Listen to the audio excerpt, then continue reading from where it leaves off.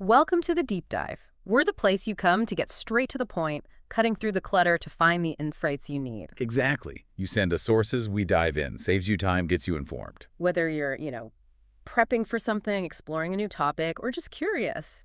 And today, we're digging into a review someone sent over. It's for the Z1FC 16.1-inch portable monitor. Right.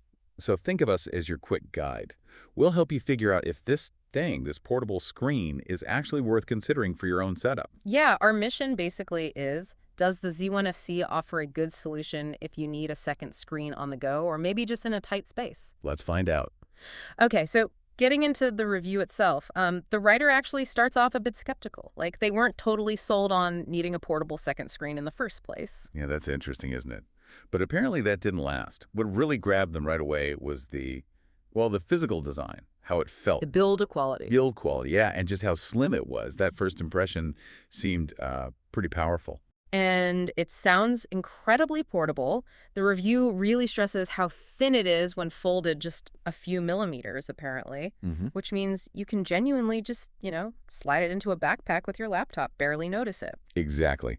And that slimness doesn't mean it's flimsy. It's got an all-metal body, the review says. Feels solid, has a nice weight. Oh, good. And a matte finish, too, which is smart for something you'll be handling. Resists fingerprints. It suggests they thought about the practical side. Okay, and what about holding it up? The review mentioned something about the kickstand being quite clever. Yeah, it sounds like it's not just some flimsy flap. It's described as pretty sturdy, holds the screen stable at different angles, which is important. Right, for actually using it comfortably. Definitely. And here's the neat part. It also folds over to protect the screen when you pack it away. So it's doing double duty. Ah, that is clever. Efficient design. And ports, how does it connect? It seems packed for something so thin. It really is. You've got two USB-C ports, which is great. Also a micro HDMI, a standard headphone jack, and interestingly, a separate micro USB just for power if you need it. So lots of options there. Covers most bases. Pretty much. That versatility is key, right? Yeah. It means you're not constantly scrambling for adapters. Connects to new stuff, old stuff. Okay, so it's thin, feels well-made, easy to connect. Let's talk screen. 16.1 inches, 1080p resolution. How does that actually look? Sharp. Yeah, the reviewer found it quite sharp for that size. Text was apparently very crisp and easy to read.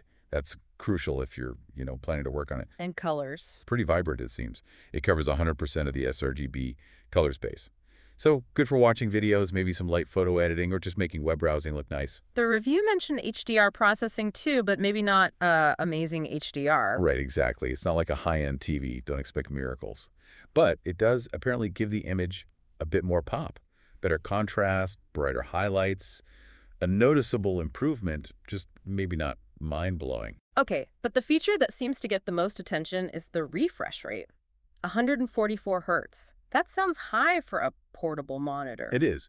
And that's a big deal, especially, as you said, for gamers. The reviewer really noticed how much smoother everything looked. So less motion blur. Way less motion blur, smoother scrolling, and endgames, particularly fast ones like first-person shooters or racing games, it can make movement look incredibly fluid. It could even give you a bit of an edge. Interesting. Okay, so a good screen, very portable. How well does it actually play with different devices? The review tested quite a few, right? Yeah, they threw a lot at it. Windows laptops, MacBook Pro, a Nintendo Switch, even an Xbox Series X. Yeah. Did it work easily? Apparently, yes. Pretty much plug and play across the board.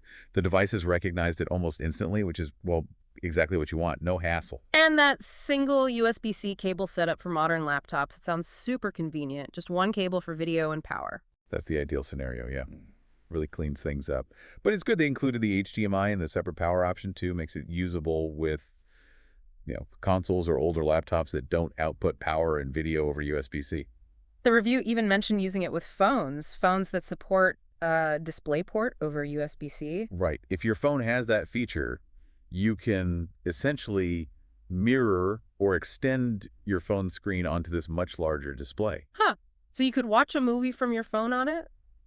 Or maybe do a presentation? Exactly. Could be really handy in certain situations. It'll drain your phone battery, of course, but the flexibility is there. You can start to see how it fits into different scenarios. Editing on the go, streaming, gaming. Definitely versatile. Okay, let's switch gears slightly. Eye comfort. Staring at screens, especially portable ones, can be tiring. Does the Z1FC do anything about that? It seems so. It has built-in features specifically for eye protection. There's a low blue light mode, makes the screen a bit warmer, easier on the eyes. Subtly, though, not making everything look orange. Apparently quite subtle, yeah. And it also uses a flicker-free backlight. Both of those things are designed to reduce eye strain over longer periods. And did the reviewer notice a difference? They did. They specifically mentioned feeling less eye fatigue after using it for several hours for coding and browsing compared to other screens.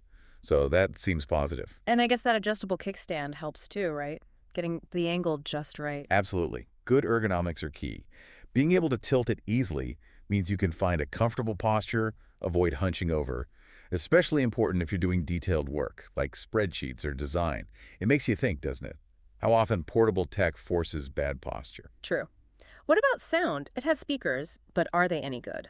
The review paints them as adequate. Yeah. Fine for maybe a quick video call or some background music while you work. But not for serious listening. Definitely not replacing dedicated speakers or headphones.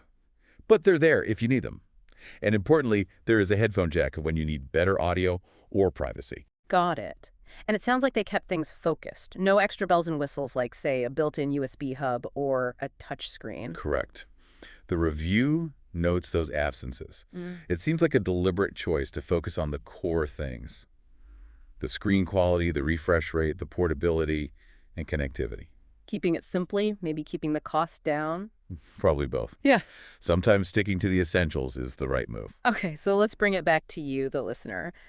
How did the reviewer actually use this thing in the real world? What are some examples? Right, the practical stuff. They mentioned setting up a dual-screen workspace in a coffee shop, laptop, plus this monitor. Made comparing documents or doing research much easier. I can see that being useful. Yeah. And they use it for portable gaming, too. Hooked up a Nintendo Switch on a train journey. Imagine playing Breath of the Wild on a bigger screen while traveling. Nice. Any other uses? Even at home, they used it as a secondary display, while PC gaming, keeping an eye on Discord chat or system temperatures without alt-tabbing. So it integrates into existing setups, too. And for you listening, if you're maybe a digital nomad or someone who often works outside a fixed office, that instant extra screen space could be huge. Definitely.